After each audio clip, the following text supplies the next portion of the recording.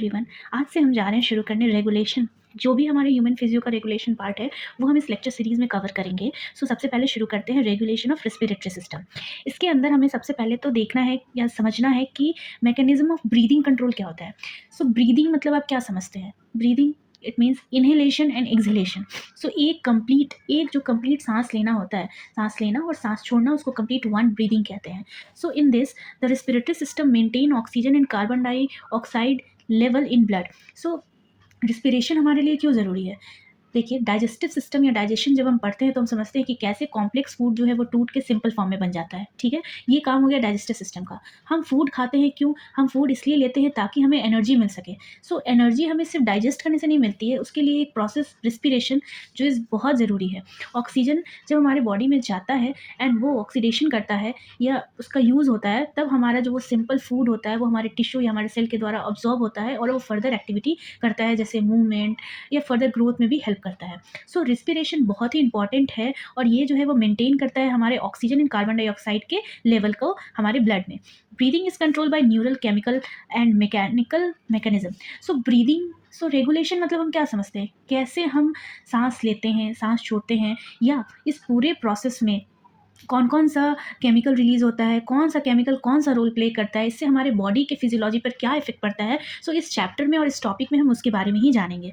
ठीक है, this presentation cover how to body regulate the breathing to ensure homeostasis. कैसे हमारा बॉडी जो है वो स्टेबल कंडीशन मेंटेन करते रहता है ताकि हमारा वाइटल ऑर्गन्स जो है वो अपना फंक्शन जो है वो प्रॉपरली परफॉर्म कर सके। ठीक है, फंक्शन ऑफ रेस्पिरेटरी सिस्टम क्या होता है? Delivery of O2 to tissue. Yes, हमारा मेन मोटो क्या होता है कि हमारा ऑक्सीजन जो है वो हमारे टिश्यू तक पहुंच पाए। ठीक है, एंड हमारा जो टिश्यू में कार्बन डाइऑक्साइड है वो हमारे बाहर एयर तक पहुंच पाए या ब्लड या रिमूव हो पाए हमारे बॉडी से, या डिटॉक्स हो पाए। Right, regulation of blood pH. Blood pH के रेगुलेशन में का भी बहुत बड़ा इंपॉर्टेंट फैक्टर होता है। These are the function of respiratory system. First is delivery of O2 to tissue, and second is removal of carbon dioxide from the blood. Yes, and the third one is regulation of blood pH. अगर आपसे कोई question पूछता है कि what are the functions of respiratory system, तो आप ये आराम से लिख सकते हैं। की पॉइंट्स हमने इसमें क्या क्या देखेंगे? हम इसमें ब्रेन स्टेम रेस्पिरेटरी सिस्टम के बारे में जानेंगे, कीमो रिसेप्टर्स क्या होते हैं उनके बारे में जानेंगे, लंग्स रिसेप्टर्स क्या होते हैं उनके बारे में जानेंगे, और कैसे हम वॉलेंट्री कंट्रोल कर सकते हैं, हम सांस रोक सकते हैं, हम योगा करते हैं तो उसका क्या इम्पैक्ट पड़ता है, उसमें क्या क्या रेस्पिरेटरी सिस्टम का हेल्प होता है, वो हम इस वीडियो में जानेंगे आगे। रेगुलेशन जो भी होता है वो हमारा रेगुलेशन ऑफ रेस्पिरेटरी सिस्टम जो होता है वो हम दो तरीके से कर सकते हैं। बेसिकली हम इसमें यही पढ़ेंगे। फर्स्ट है नर्वस सिस्टम रेगुलेशन, जो हमारा नर्वस सिस्टम के द्वारा रेगुलेट होता है, यानी हमारा ब्रेन जो है इसमें एक्टिवली परफॉर्म करता है। And the second is chemical regulation, जिसमें हम कीमो रिसेप्टर्स के बारे में जानेंगे कि कैसे कीमो रिसेप्टर्स प्रेजेंट होते हैं कहाँ कहाँ, और वो जो है वो उसकी चेंज इन कॉन्सेंट्रेशन या चेंज इन जो उसको सेंस कर सकते हैं और उसके अकॉर्डिंगली वो अपना काम करते हैं। Respiratory control centre in brain stem, right, इसको RRC बोलते हैं या रेस्पिरेटरी रिदमिक सेंटर्स बोलते हैं। नर्वस सिस्टम का जो भी न्यूरल रेगुलेशन होता है उसमें हम दो चीज़ के बारे में जानेंगे। पहला है रेस्पिरेटरी रिदमिक सेंटर एंड दूसरा है न्यूमोटॉक्सिक सेंटर्स। ठीक है, the medulla oblongata, the main centre for controlling the rhythm of breathing.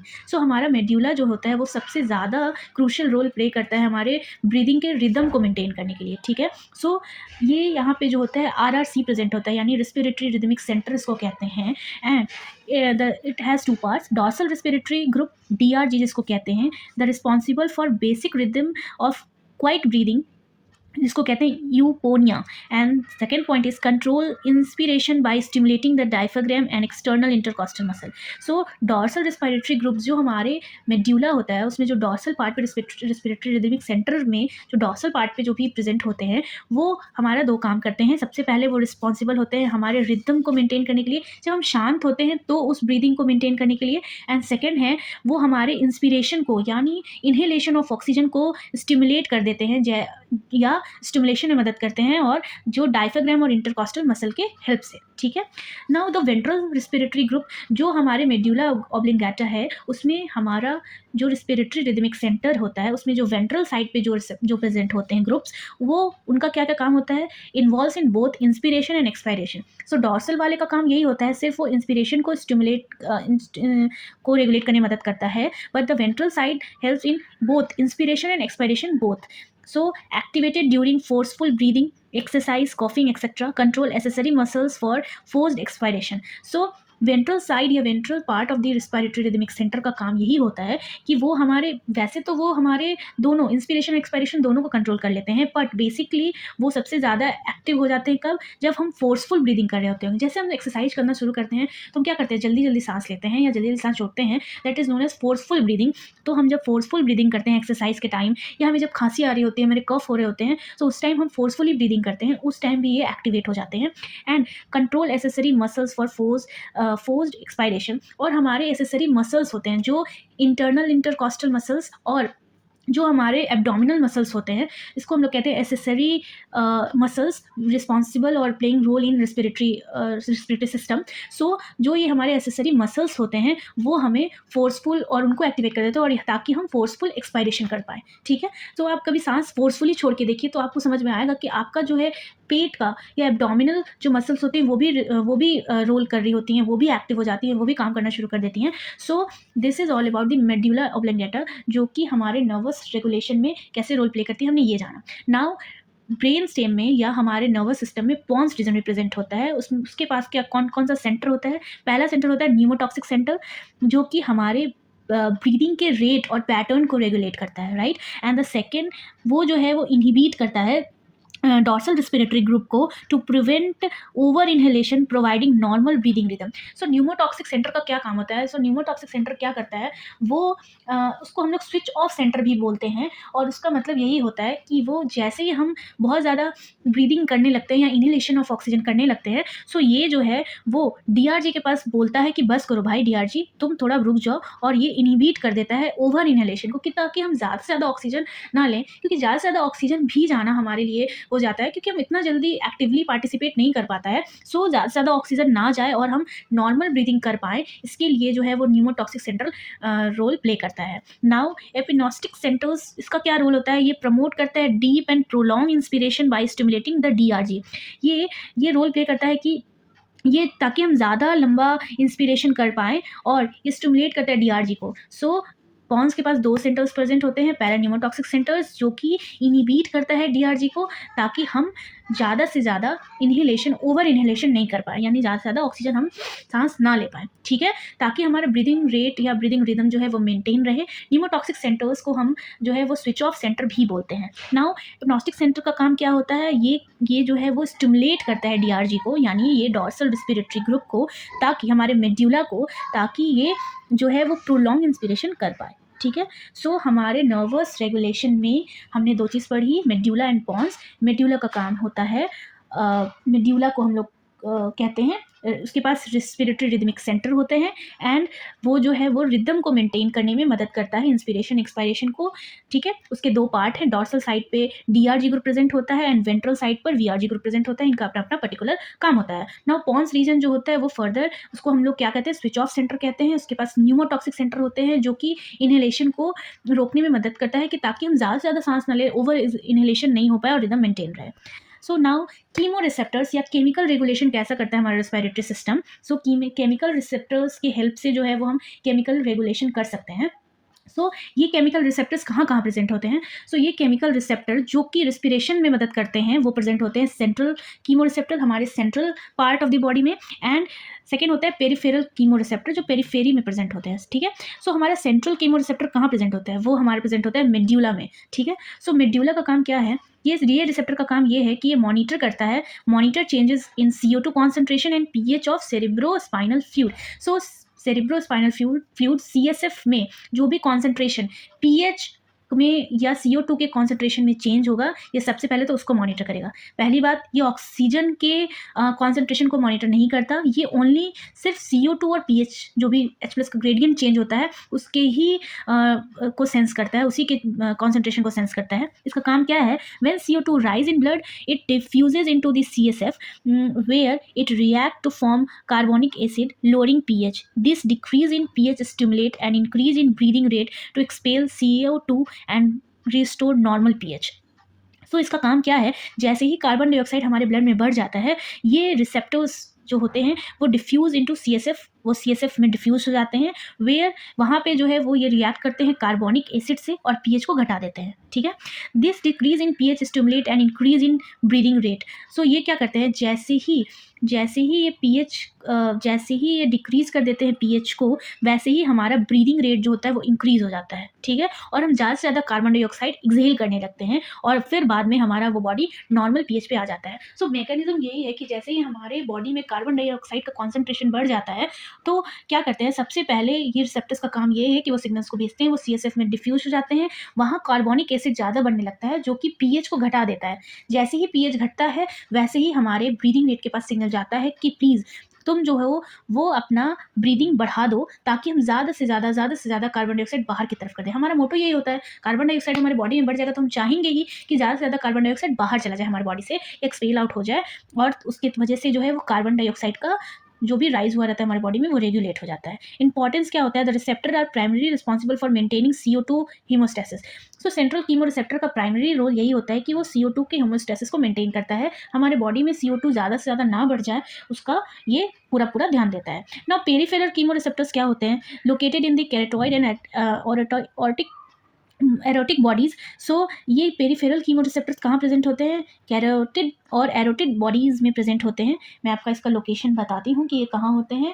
Erotic bodies जो होते हैं वो एरोटा में प्रेजेंट होते हैं। एरोटा कहाँ होता है, हमारे लेफ्ट वेंट्रिकल से जो हमारे पूरे बॉडी में सप्लाई करती है, उस वेसल को कहते हैं हम लोग एरोटिक बॉडीज़। सो एरोटा में प्रेजेंट होती है, एंड कैरोटिक बॉडीज़ जो होती है वो लोकेटेड होती है कैरोटाइड आर्टरी में, ठीक है। सो ये क्या करती है, ये respond to hypoxia, low blood oxygen level stimulate and increase in breathing rate. So ये पेरिफेरल कीमो रिसेप्टर्स जो भी प्रेजेंट होते हैं उनका 3-4 काम है। सबसे पहले जैसे ही ब्लड में ऑक्सीजन की कमी हो जाएगी, जब ब्लड में ऑक्सीजन कमी हो जाएगी तो ये एक्टिवेट हो जाते हैं।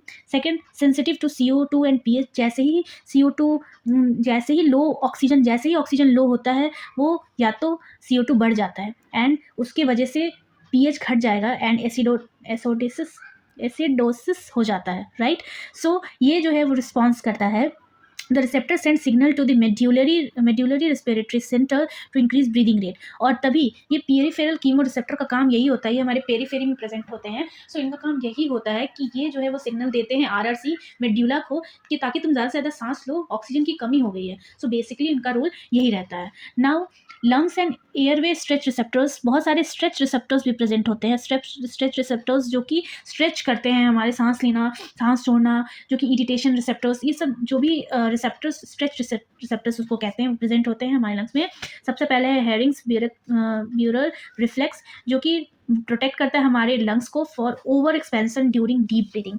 जब हम डीप ब्रीदिंग करते हैं तो ये ओवर एक्सपेंशन हमारा लंग्स का ना हो, लंग्स का जो भी है वो कुछ रप्चर ना हो, उसकी वजह से ओवर एक्सपेंशन को ये प्रिवेंट करता है, उतना ही स्ट्रेच करता है जितना उसकी कैपेसिटी होती है। The stretch receptor in the smooth muscles of a lungs are activated when lungs inflate, sending signal to the brain to inhibit the further inspiration. ये फर्दर ब्रेन को सिग्नल भी भेजता है कि तो इनहिबिट द फर्दर इंस्पिरेशन, कि अभी जो है वो अभी तुम रुक जाओ और अभी जो है इंस्पिरेशन को रेट को जो है इनहिबिट कर दो, अभी जो है वो लंग्स के पास ज़्यादा इन्फ्लेट कर गया है तो अभी तुम रुक जाओ। This prevent the lungs from becoming over stretched and help to regulate the lungs volume. So ये ऑल्सो प्रिवेंट करता है ओवर स्ट्रेच, और ये हमारे लंग्स के वॉल्यूम में भी लंग्स की वॉल्यूम को भी रेगुलेट करने में मदद करता है। सो सबसे पहला रिसेप्टर हो गया herring burial receptors and second receptor is irritant receptors. ये जो होते हैं वो एयर वे इपिथेलियम। सो ये जो हमारे एयर पाइप है, जो हमारा ट्रैकिया होता है, बेसिकली उधर ही लोकेटेड होते हैं and activated by smoke, dust, chemical and other irritant. So कभी कभी स्मोक, डस्ट इरिटेंट या केमिकल इरिटेंट हमारे जैसे ही बॉडी में आना शुरू आते हैं वैसे ही ये रिफ्लेक्स ट्रिगर हो जाता है और कफिंग, स्नीजिंग या ब्रोंको कंस्ट्रिक्शन कर देते हैं। ये क्या करते हैं, ब्रोंको कंस्ट्रिक्शन मतलब क्या होता है, वो जो भी एयर पैसेज होंगे उसको जो है वो कॉन्स्ट्रिक्ट कर देते हैं। अगर एक पाइप है, अगर वो मोटी है और उसका लेंथ, इसका विड्थ अच्छा खासा है यानी 3 है, तो उसको विड्थ को कॉन्स्ट्रिक्ट कर देते हैं और वो 1 या 2 हो जाती है, ताकि जो है वो ज़्यादा से ज़्यादा अंदर हमारे बॉडी में अंदर ना आ पाए, और कोशिश करता है कि ये रिमूव कर दे उस इरिटेंट, केमिकल, डस्ट या स्मोक को। Now the third key point is voluntary control of breathing. So हम वॉलेंट्री, हमारे विल के अकॉर्डिंग भी हमारे ब्रीदिंग को कंट्रोल कर सकते हैं। और the voluntary control of breathing, so हमारे विल के अकॉर्डिंग भी हम ब्रीदिंग को कंट्रोल कर सकते हैं। जैसे आप सपोज एग्जांपल, आप सांस रोक के देखिए, आप सांस रोक सकते हैं, right. So this is voluntary control of breathing. So इसको कौन रेगुलेट करता है? इसको रेगुलेट करता है higher brain centre, that is cerebral cortex. So cerebral cortex ऐसा रीजन है जिसको हम लोग हायर ब्रेन सेंटर कहते हैं, वो जो है वो हमारे वॉलेंट्री कंट्रोल ऑफ ब्रीदिंग को रेगुलेट करता है। जैसे हम ब्रीथ को होल्ड कर सकते हैं, डीप ब्रीदिंग एक्सरसाइज योगा और मेडिटेशन करते हैं तो लंबी सांस लेते हैं और लंबी सांस छोड़ते हैं, exchanging of breathing pattern intentionally. कभी कभी हम जल्दी सांस लेने की कोशिश करते हैं, कभी हम जल्दी सांस छोड़ने की कोशिश करते हैं। So this is control by the higher brain centre, that is cerebral cortex. Limitations क्या होती है? Voluntary control is overwritten by automatic respiratory system when the blood CO2 level become too high. So इसका यही एक limitation है कि हम voluntary control को जो है ज़्यादा कंट्रोल नहीं कर सकते जब हमारा CO2 का लेवल बहुत ही ज़्यादा हाई हो, ठीक है। Role of hypothalamus and limbic system, so yes the another role of voluntary control is role of hypothalamus, और हमारा लिम्बिक सिस्टम का भी इंपॉर्टेंट रोल होता है। सो क्या होता है? Emotional state, stress, anxiety can influence breathing pattern, example rapid solo breathing. The limbic system can modify breathing pattern in response to emotional stimuli like fear or excitement. So हमारे limbic system का काम क्या होता है? वो हमारे emotion और fear के हिसाब से भी वो हमारे ब्रीदिंग पैटर्न को रेगुलेट करता है। जब हम कभी डरे होते हैं तो जल्दी जल्दी सांस लेते होते हैं, या फिर ऐसा जो भी पैटर्न होता है इमोशनली स्टिमुलस की वजह से, सो उसको कंट्रोल करता है हमारा limbic system, that comes into voluntary control system. ये हमारे इमोशन पे डिपेंड करता है, right. And the hypothalamus role is, जब हम स्ट्रेस एंजाइटी में होते हैं तो हमारा ब्रीदिंग पैटर्न चेंज हो जाता है, कभी ज़्यादा तेज़ होता है, कभी बहुत धीरे धीरे ले रहे होते हैं। सो ये हमारे वॉलेंट्री कंट्रोल ऑफ ब्रीदिंग में आते हैं। Now talking about the fourth, baroreceptor और ब्लड प्रेशर रेगुलेशन। सो इससे हमारे ब्लड प्रेशर के रेगुलेशन में भी फ़र्क पड़ता है, right. Baroreceptor is present in aortic arch और carotid sinus, detect change in blood pressure. So ये बैरो रिसेप्टर्स जो है वो हमारे जो हमने पेरिफेरल रिसेप्टर्स पढ़े थे, उसमें जो है उस आर्क में जो है वो प्रेजेंट होते हैं, वहाँ एरोटिक आर्क और कैरोटिक साइनस के पास, जो कि डिटेक्ट कर देते हैं कि हमारा ब्लड प्रेशर चेंज हो रहा है। लाइक लो ब्लड प्रेशर में trigger the reflex increase in breathing rate to enhance oxygen delivery to the tissue. जैसे हमारा ब्लड प्रेशर लो हो जाता है, ब्लड प्रेशर लो हो गया यानी ब्लड वॉल्यूम लो हो गया, ठीक है। सो अगर ब्लड प्रेशर लो है, हमारा ब्लड वॉल्यूम लो हो गया, तो हमें क्या चाहिए? ज़्यादा से ज़्यादा ऑक्सीजन को इनहेल करना है, ताकि हमारे टिश्यू तक ज़्यादा से ज़्यादा ऑक्सीजन पहुँच सके और हमारा ब्लड प्रेशर मेंटेन हो जाए, ठीक है। First the second point is, जब हमारा ब्लड प्रेशर बढ़ जाता है, increase blood pressure may lead to decrease in breathing rate. So जब हमारा प्रेशर बढ़ा रहता है तो हम ब्रीदिंग रेट हमारा कम हो जाता है। So as body works to stabilise blood pressure, so तब हमारा बॉडी जो है वो काम कर रहा होता है कि हमें जो है वो अपने ब्लड प्रेशर को स्टेबलाइज कर ले, हमारा बॉडी जो है वो खुद से ब्लड प्रेशर को स्टेबलाइज कर ले, ठीक है। सो दो कंडीशन है, baroreceptors is present in aortic arch and carotic sinus, जो कि ब्लड प्रेशर के चेंज को मेजर करता है या रेगुलेट करता है। Interaction with breathing, so interaction with breathing क्या होता है? Change in blood pressure can influence the breathing rhythm especially during the exercise stress to ensure oxygen delivery in match with the circulatory need of our body. So basically ये यही है कि हमारे जो भी हमारे बॉडी को जिस हिसाब से ब्रीदिंग की रेट की ज़रूरत होती है, अगर हम दौड़ रहे होते हैं तो उस टाइम, या हमारे सर्कुलेटरी सिस्टम को जो बॉडी की ज़रूरत होती है, ऑक्सीजन की ज़रूरत होती है, तो वो अकॉर्डिंगली उस हिसाब से काम करता है। फैक्टर्स जो कि इन्फ्लुएंस करता है रेस्पिरेटरी रेगुलेशंस को, पहला है टेम्परेचर। हाई टेम्परेचर, जब हमारे बॉडी में हाई टेम्परेचर जाता है, फीवर होता है या एक्सरसाइज होता है, उस टाइम हमारे बॉडी का टेम्परेचर बढ़ा रहता है, can speed up breathing rate to dissipate excess heat. So जैसे ही हमारी बॉडी का टेम्परेचर बढ़ जाता है तो हमारी बॉडी क्या करती है?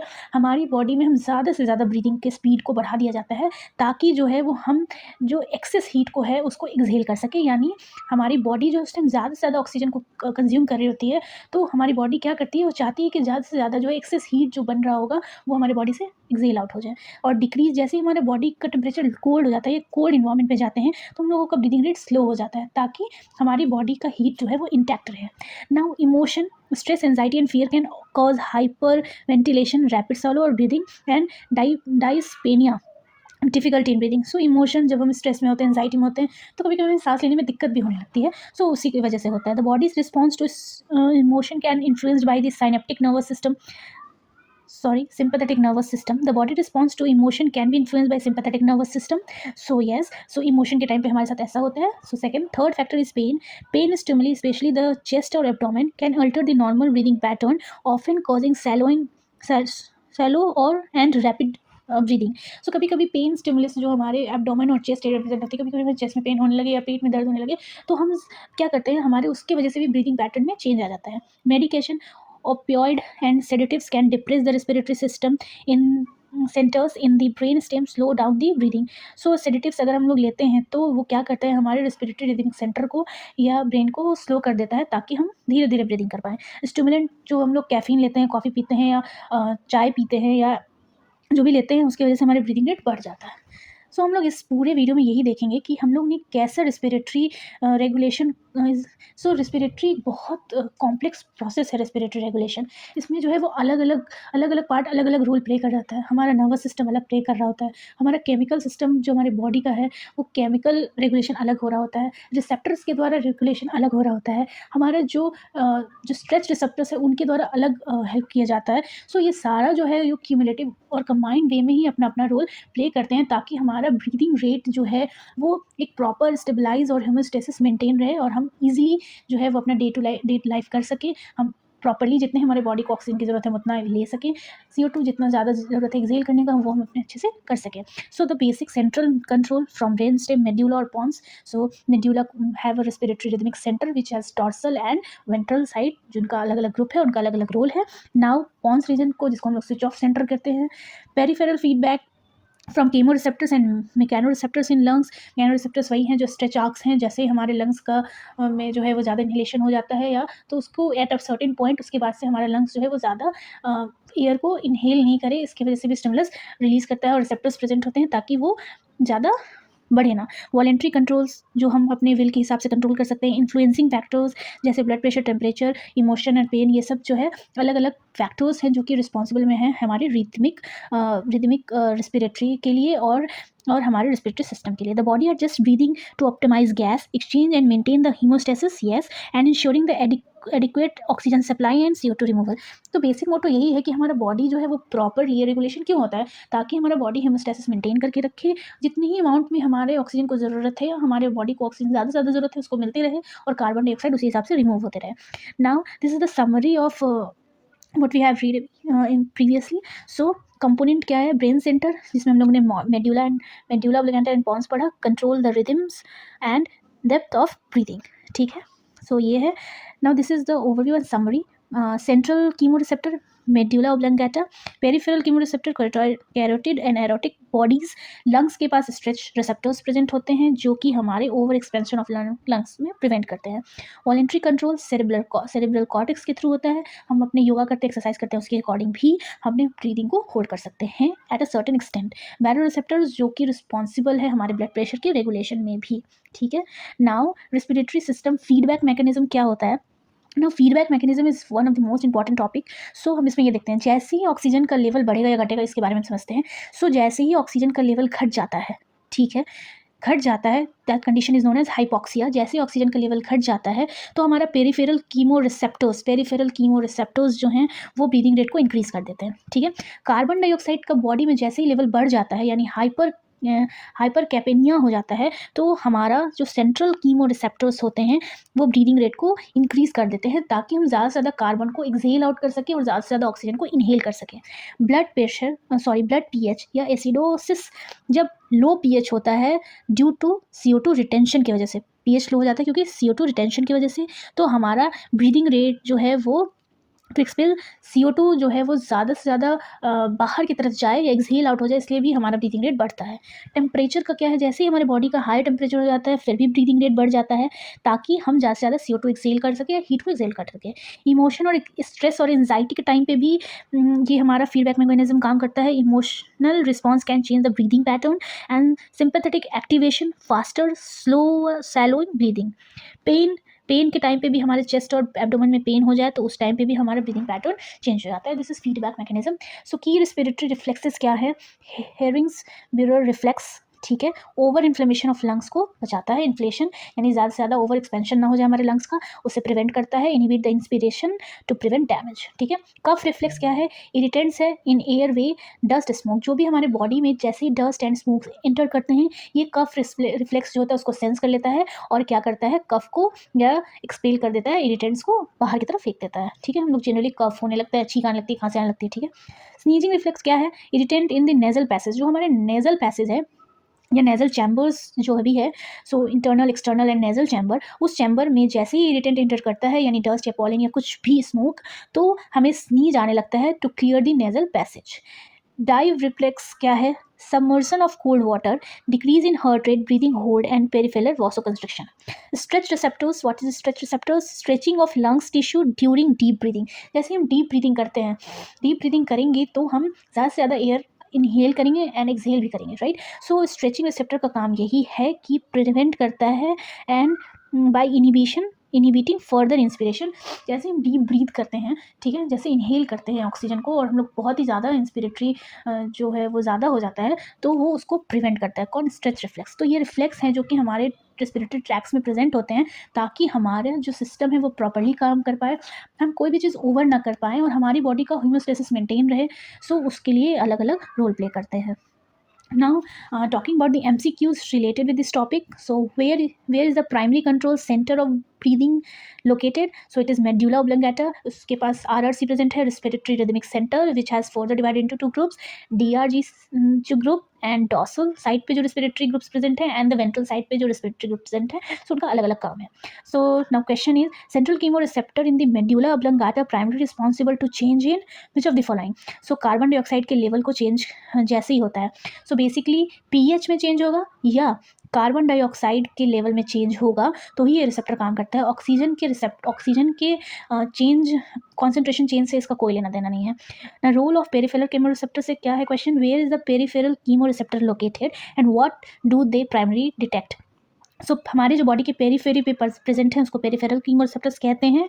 This receptor is present in our aorta, that is known as aortic bodies and carotic body. Hering Breuer reflex prevent the lungs from over expanding during inspiration. ये जो है वो हमारे लंग्स पे ये रिसेप्टर, स्ट्रेच रिसेप्टर प्रेजेंट होता है ताकि हम ज़्यादा से ज़्यादा इनहेलेशन ना करें और ओवर जो एक्सपेंशन है हमारे लंग्स का वो ना हो. Now fourth question is, hearing reflex prevent the lungs from over expanding during inspiration. ठीक है. Baroreceptors are responsible for detecting change in. Baroreceptor का काम क्या है? ताकि हमारे ब्लड प्रेशर में जो भी चेंज होता है उसको ये रेगुलेट करता है, सेंस करता है. इसलिए इसका आंसर होगा C. Now which of the part of brain allow voluntary control over breathing? So हमारे विल के अकॉर्डिंग कौन सा पार्ट जो है वो हेल्प करता है? That is cerebral cortex. Cerebral cortex को जो है वो हायर ब्रेन रीजन बोलते हैं जो कि हमारे वॉलेंट्री कंट्रोल में हेल्प करता है. Now which of the following response occur when blood oxygen level is low? कौन सा ऐसा रिस्पॉन्स होता है जब हमारे बॉडी में ब्लड का ऑक्सीजन लेवल कम हो जाता है? सो हमारा इंक्रीज रिस्पिरेटरी रेट, जैसे ही हमारा कम हो जाएगा ऑक्सीजन का लेवल, सो हमारा रिस्पिरेटरी रेट बढ़ जाएगा ताकि हम ज़्यादा से ज़्यादा इनहेल और एक्सहेल करें और हमारा ज़्यादा से ज़्यादा ऑक्सीजन को इनहेल कर पाएँ. During emotional stress and anxiety breathing often become rapid and shallow and an increase in CO2 level in the blood stimulates. तो क्या चीज़ स्टिमुलेट करता है? जैसे ही हमारा CO2 का लेवल बढ़ जाता है तो क्या करता है? हमारे ब्रीदिंग रेट को इंक्रीज़ कर देता है. ब्रीदिंग रेट इंक्रीज़ होगा तो हम ज़्यादा से ज़्यादा ऑक्सीजन इनहेल करेंगे एंड कार्बन डाइऑक्साइड को एक्सहेल कर देंगे. So what do lungs stretch receptor detect during the deep inhalation? So it prevents from over expansion of lungs. ये जो है वो ओवर एक्सपेंशन ऑफ लंग्स से बचाता है. This is all about the regulation, the feedback mechanism and the role of respiratory regulation. So that's all. Thank you. Do follow my channel and subscribe please. बने रहिए ऐसे ही. Regulation of circulatory system. Thank you.